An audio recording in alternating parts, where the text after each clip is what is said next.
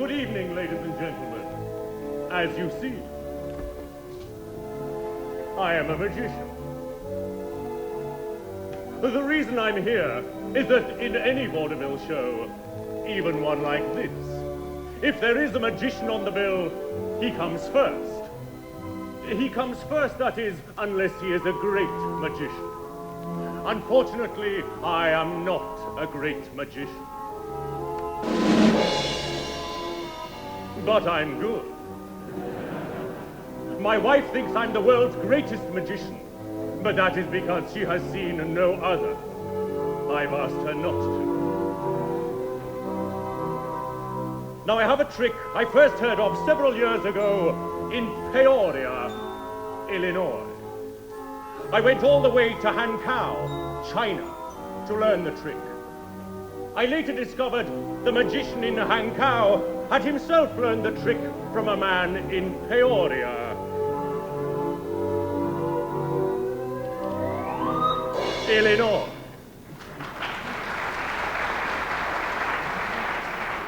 And now for two of my most important stunts. The man, please.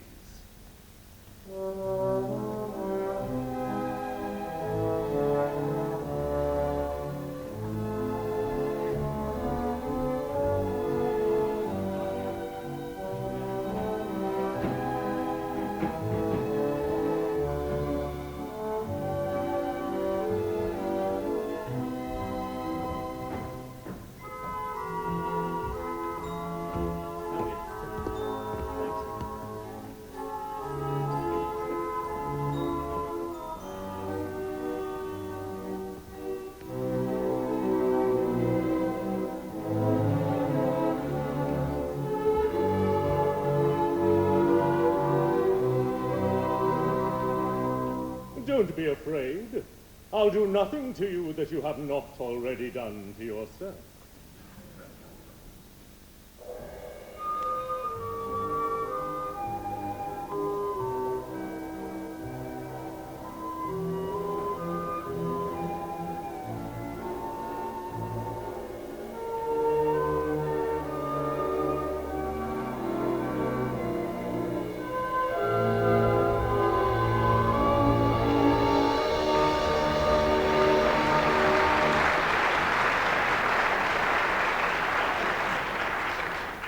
I could do this trick with anybody, but this man's name happens to be Samuel Cooper.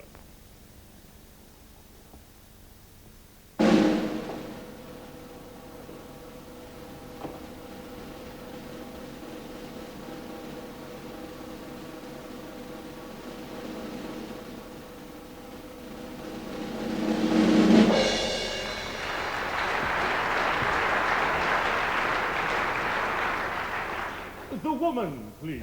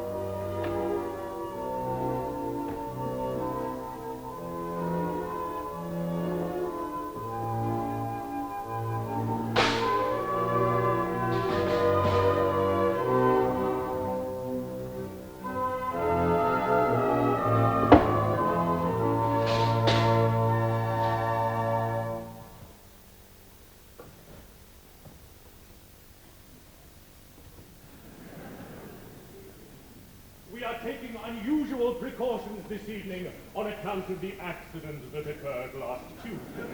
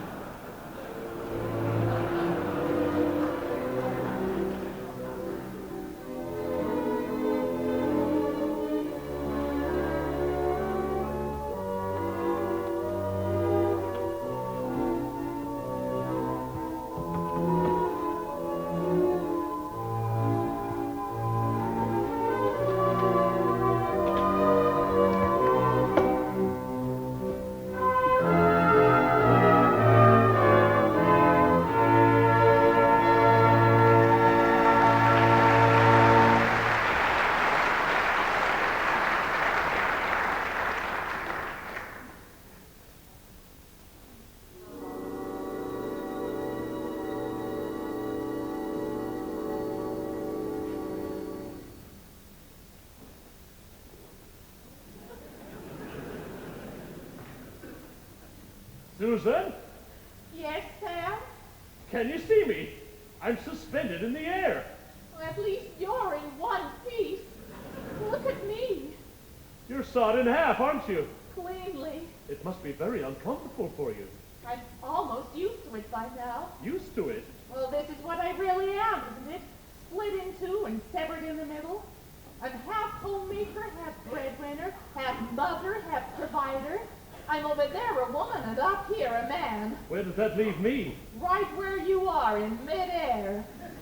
I suppose I should feel sorry for you, Sam, but I can't.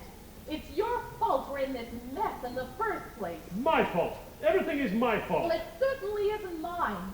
Every single thing that has happened to us and the children for the last 130-odd years has been your fault. What are you talking about? Cam, don't you remember what we had together? You mean 50 years ago? 50 years ago, it was almost gone then. 100 years ago? 100 years ago, it was beginning to slip.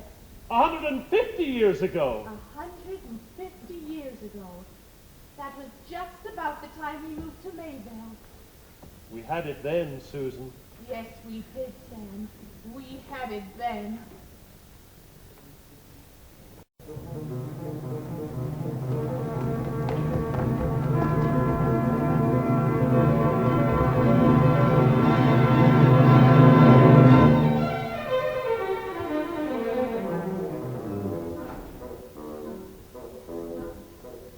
Did I tell you, Tim, what Father said last evening in the shed? No. He said, Mary Jo, it's shameful that by now you haven't read. I advise you not to parry, or your youth will slip away. After all, he said, remember, you'll be 17 in May. Look at this, Mary Jo. Samuel Cooper? Now, who is Samuel Cooper? This wasn't he before. It says that Samuel Cooper is opening up a store. I wonder when he got here. It must have been today. He wasn't here on Monday when I was by this way. An efficacious thing, this new United States Bank. Do you think so, George? Indeed I do. Now the dollar will be stable as the pound and the franc. That's very true, George, very true. Look at this! Samuel Cooper? Huh? Now who is Samuel Cooper? I never heard that name. I don't know where he hails from. I even don't know why he came. It looks like Samuel Cooper intends to settle down. That's fine, we'll only need a carpenter in town. Did you read they have an iron spinning wheel that runs like power? And they claim it does a week command your labor in an hour. Well, for me, I'd rather use the wheel I have of victory wood. These inventions come from England, so they can't be any good. I don't know, Hank. There's a lot of talk about the coming industrial age. Folks say it means a lot of progress. A chance for every man to prove his love. What's all this? Now who is Samuel Cooper? None of us will know. Except that Samuel Cooper died a while ago. He's the oldest president ever. He's the handy and his name. He's a shot of final battle. There is no Samuel Cooper. He's the glorious and the humble. He's the God of his name. Everybody loves him. Everybody loves him. Everybody loves him.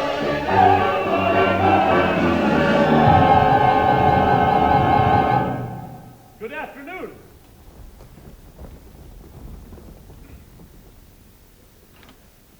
Mr. Cooper. Yes? You came today, just before noon. We don't know you, Mr. Cooper. Then allow me to tell you about myself.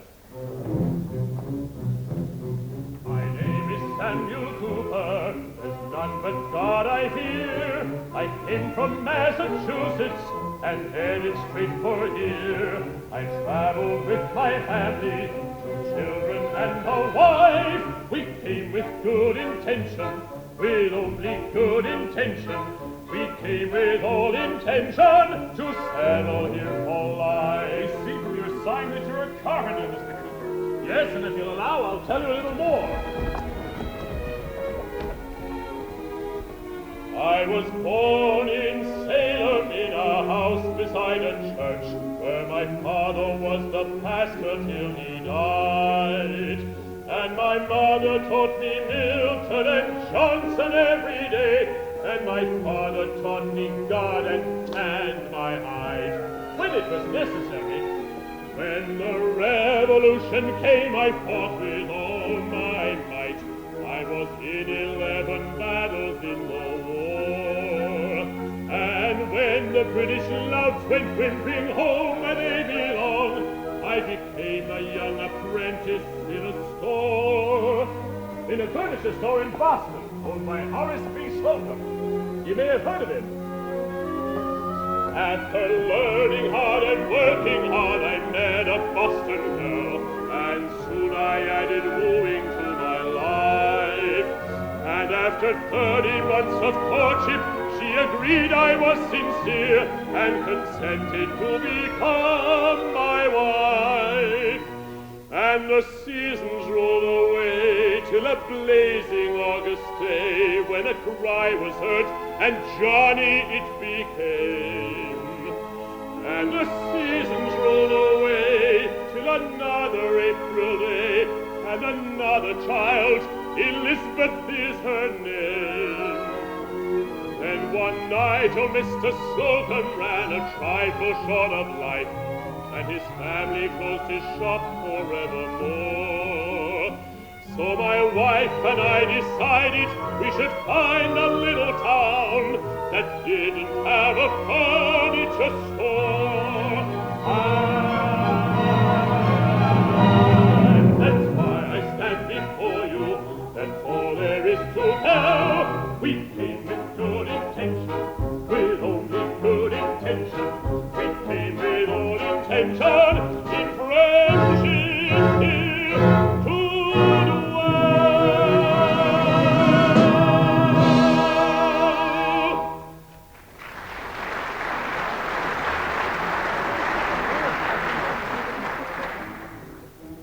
And now, if I may, I'd like you to meet Mrs. Cooper. Susan, Yes, Sam. we have callers. Good afternoon, everyone. I'm sorry our house isn't in order to invite you all in. These are our two children, John and Elizabeth. How do you do? How do you do? I'm 13. And how? I was telling them all how we came to be here. Oh. Then you know that we are here with but the simplest goal in view. Just to live in faith and harmony is all we aim to do.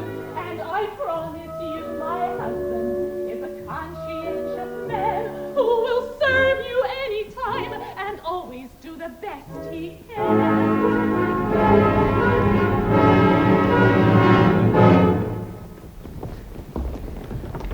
Mr. Cooper, my name is George Hamilton Beacon, and I say, welcome to Mayville. Here, here! Samuel Cooper, it's welcome to you all, and may you live among us till things no longer fall. Oh, welcome, Samuel Cooper. Yes, welcome to you all, and may you dwell among us. Yes, may you dwell among us. Yes, may you dwell among us. Till oceans know no more. Can you carve in any wood, Mr. Cooper? Any wood at all? Then I'll be back tomorrow. You must come and see the covered wagon. I don't know if we can now, Johnny. What's that? Thank you for coming. We see you in church on Sunday, Mrs. Cooper. Mother, can we go and see the covered wagon? All right. But don't get lost.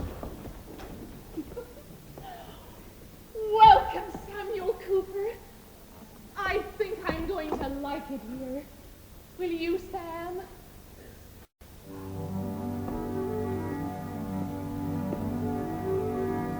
Susan, this is all I'm searching for.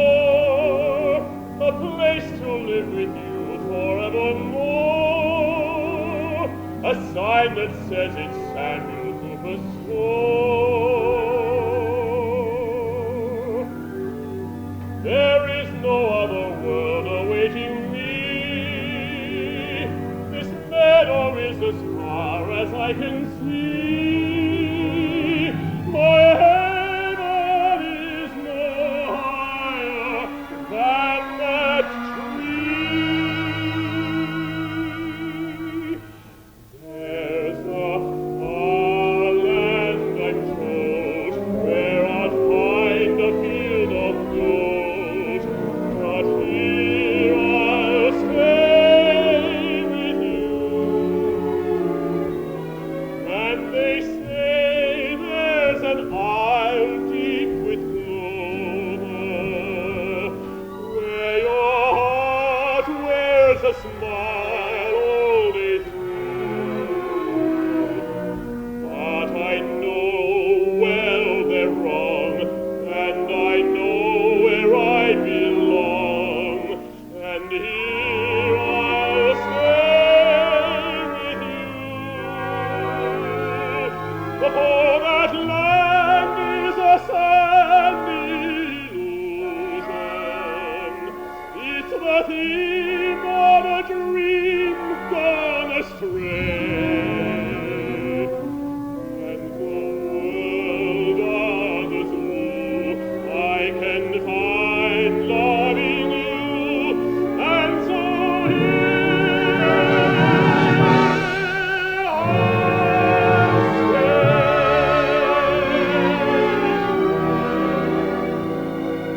If I've no will to go from home, or have no urge the seas to roam, or turn my back on a distant star, and never burn to wander far, it's not because of fear, it's because my soul is clear.